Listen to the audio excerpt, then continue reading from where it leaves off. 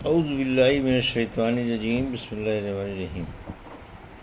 الحمد للہ رب العالمین والصلاۃ والسلام علی سید المرسلین وخاتم النبیین، اما بعد۔ صحیح بخاری، باب ابواب العمرہ، حدیث نمبر 1784، اردو ترجمہ۔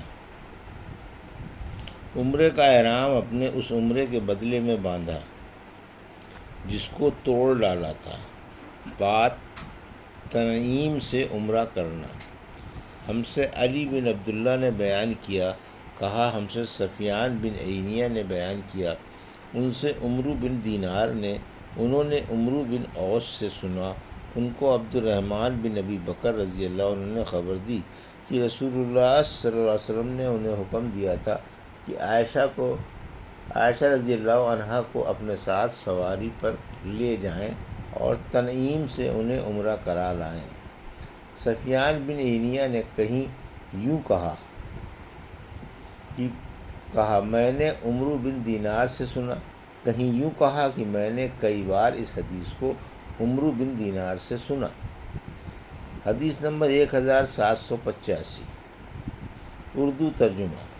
ہم سے محمد بن مسنہ نے بیان کیا، ان سے عبد الوہاب بن عبد الحمید نے، ان سے حبیب معلم نے، ان سے عطا بن ابی رواح نے، اور ان سے جابر بن عبداللہ رضی اللہ عنہ نے بیان کیا کہ نبی کریم صلی اللہ علیہ وسلم اور آپ کے اصحاب نے حج کا احرام باندھا تھا، اور آن حضرت صلی اللہ علیہ وسلم اور طلحہ رضی اللہ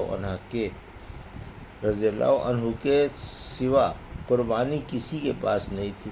انہی دونوں میں حضرت علی رضی اللہ عنہ یمن سے آئے تو ان کے ساتھ بھی قربانی تھی۔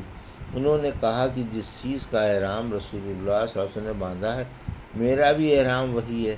حضرت صلی اللہ علیہ وسلم نے اپنے اصحاب کو مکے میں پہنچ کر اس کی اجازت دے دی تھی کہ اپنے حج کو عمرے میں تبدیل کر دیں اور بیت اللہ کا طواف اور صفا مروہ کی سعی کر کے بال ترشوا لیں اور احرام کھول دیں، لیکن وہ لوگ ایسا نہ کریں جن کے ساتھ قربانی ہو۔ اس پر لوگوں نے کہا کہ ہم مینا سے حج کے لیے اس طرح سے جائیں گے کہ ہمارے ذکر سے مینا ٹپک رہی ہوگی۔ یہ بات رسول اللہ صلی اللہ علیہ وسلم تک پہنچی تو آپ صلی اللہ علیہ وسلم نے فرمایا کہ جو بات اب ہوئی اگر پہلے سے معلوم ہوتی تو میں اپنے ساتھ ہدی نہ لاتا، اور اگر میرے ساتھ ہدی نہ ہوتی تو افعال عمرہ ادا کرنے کے بعد میں بھی احرام کھول دیتا۔ عائشہ رضی اللہ عنہا اس حج میں حائضہ ہو گئی تھیں، اس لیے انہوں نے اگرچہ تمام مناسک ادا کیے لیکن بیت اللہ کا طواف نہیں کیا۔ پھر جب وہ پاک ہو گئیں اور طواف کر لیا تو عرض کی، یا رسول اللہ، سب لوگ حج اور عمرہ دونوں کر کے واپس ہو رہے ہیں، لیکن میں صرف حج کر سکی ہوں۔ آپ صلی اللہ علیہ وسلم نے اس پر عبد الرحمن بن ابی بکر رضی اللہ عنہ سے کہا کہ انہیں ہمراہ لے کر تنعیم جائیں اور عمرہ کرا لائیں۔ یہ عمرہ حج کے بعد ذی الحج کے ہی مہینے میں ہوا تھا۔ حضرت صلی اللہ علیہ وسلم جب جمرہ عقبہ کی رمی کر رہے تھے تو سراقہ بن مالک بن جاشم آپ صلی اللہ علیہ وسلم کی خدمت میں حاضر ہوئے اور پوچھا، یا رسول اللہ، کیا یہ عمرہ اور حج کے درمیان احرام کھول دینا صرف آپ ہی کے لیے ہے؟ رسول اللہ صلی اللہ علیہ وسلم نے فرمایا کہ نہیں، بلکہ ہمیشہ کے لیے ہے۔ حدیث نمبر 1786، اردو ترجمہ۔ حج کے بعد عمرہ کرنا اور قربانی نہ دینا۔ ہم سے محمد بن مسنہ نے بیان کیا، کہا کہ ہم سے یحییٰ قطان نے بیان کیا، ان سے حشام بن عروہ نے بیان کیا، کہا کہ مجھے میرے والد عروہ نے خبر دی، کہا کہ مجھے حضرت عائشہ رضی اللہ عنہا نے خبر دی۔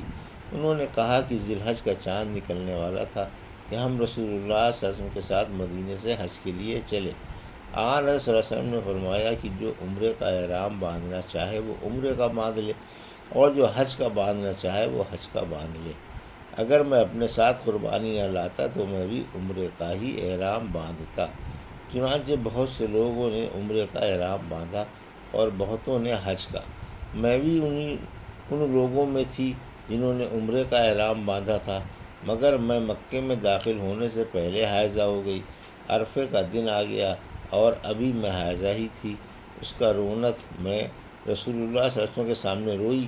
آپ صلی اللہ علیہ وسلم نے فرمایا کہ عمرہ چھوڑ دے اور سر کھول لے اور کنگھا کر لے، پھر حج کا احرام باندھ لینا۔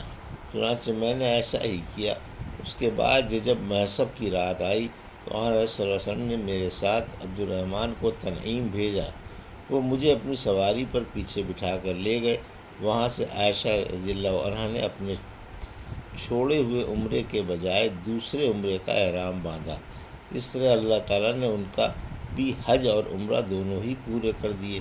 نہ تو اس کے لیے انہیں قربانی لانی پڑی، نہ صدقہ دینا پڑا، اور نہ روزہ رکھنا پڑا۔ حدیث نمبر 1787، اردو ترجمہ۔ عمرے میں جتنی تکلیف ہو اتنا ہی ثواب ہے۔ ہم سے مسدد نے بیان کیا، کہا ان سے یزید بن زریع نے بیان کیا، ان سے ابن عون نے بیان کیا، ان سے قاسم بن محمد نے، اور دوسری روایت میں ابن عوان ابراہیم سے روایت کرتے ہیں، اور وہ اسود سے انہوں نے بیان کیا کہ حضرت عائشہ رضی اللہ عنہا نے کہا، یا رسول اللہ، لوگ تو 2 نسک حج اور عمرے کر کے واپس ہو رہے ہیں اور میں نے صرف 1 نسک حج کیا ہے۔ اس پر ان سے کہا گیا کہ پھر انتظار کریں اور جب پاک ہو جائیں تو تنعیم جا کر وہاں سے عمرے کا احرام باندھیں، پھر ہم سے فلاں جگہ آ ملیں، اور یہ کہ اس کا عمرہ کا ثواب تمہارے خرچ اور محنت کے مطابق ملے گا۔ حدیث نمبر 1788، اردو ترجمہ۔ حج کے بعد عمرہ کرنے والا عمرے کا طواف کر کے مکے سے چل دے تو طواف وداع کی ضرورت ہے یا نہیں؟ ہم سے ابو نعیم نے بیان کیا، کہا کہ ہم سے افلح بن حمید نے بیان کیا، ان سے قاسم محمد نے، اور ان سے حضرت عائشہ رضی اللہ عنہا نے بیان کیا کہ حج کے مہینوں اور آداب میں ہم حج کا احرام باندھ کر مدینے سے چلے اور مقام صرف میں پڑاؤ کیا۔ نبی کریم صلی اللہ علیہ وسلم نے اپنے اصحاب سے فرمایا کہ جس کے ساتھ قربانی نہ ہو اور وہ چاہے کہ اپنے حج کے احرام کو عمرہ میں سے بدل دے تو وہ ایسا کر سکتا ہے، لیکن جس کے ساتھ قربانی ہے وہ ایسا نہیں کر سکتا۔ نبی کریم صلی اللہ علیہ وسلم اور آپ کے بعض مقدور والوں کے ساتھ قربانی تھی، اس لیے ان کا احرام صرف عمرے کا نہیں رہا۔ پھر نبی کریم صلی اللہ علیہ وسلم میرے یہاں تشریف لائے تو میں رو رہی تھی۔ آپ صلی اللہ علیہ وسلم نے دریافت فرمایا کہ رو کیوں رہی ہو؟ میں نے کہا، آپ نے اپنے اصحاب سے جو کچھ فرمایا میں سن رہی تھی، اب تو میرا عمرہ ہو گیا۔ آپ صلی اللہ علیہ وسلم نے پوچھا، کیا بات ہوئی؟ میں نے کہا کہ میں نماز نہیں پڑھ سکتی حیض کی وجہ سے۔ آپ صلی اللہ علیہ وسلم نے اس پر فرمایا کہ کوئی حرج نہیں، تو بھی آدم کی بیٹیوں میں سے ایک ہے، اور جو ان سب کے مقدر میں لکھا ہے وہی تمہارا بھی مقدر ہے۔ اب حج کا احرام باندھ لے، شاید اللہ تعالیٰ تمہیں عمرہ بھی نصیب کرے۔ عائشہ رضی اللہ عنہا نے بیان کیا کہ میں نے حج کا احرام باندھ لیا۔ پھر جب ہم حج سے فارغ ہو کر اور منی سے نکل کر محسب میں اترے تو آن صلی اللہ علیہ وسلم نے عبد الرحمن کو بلایا اور ان سے کہا کہ اپنی بہن کو حد حرم سے باہر لے جا تنعیم، تاکہ وہ وہاں سے عمرے کا احرام باندھ لیں، پھر طواف اور سعی کرو، ہم تمہارا انتظار یہیں کریں گے۔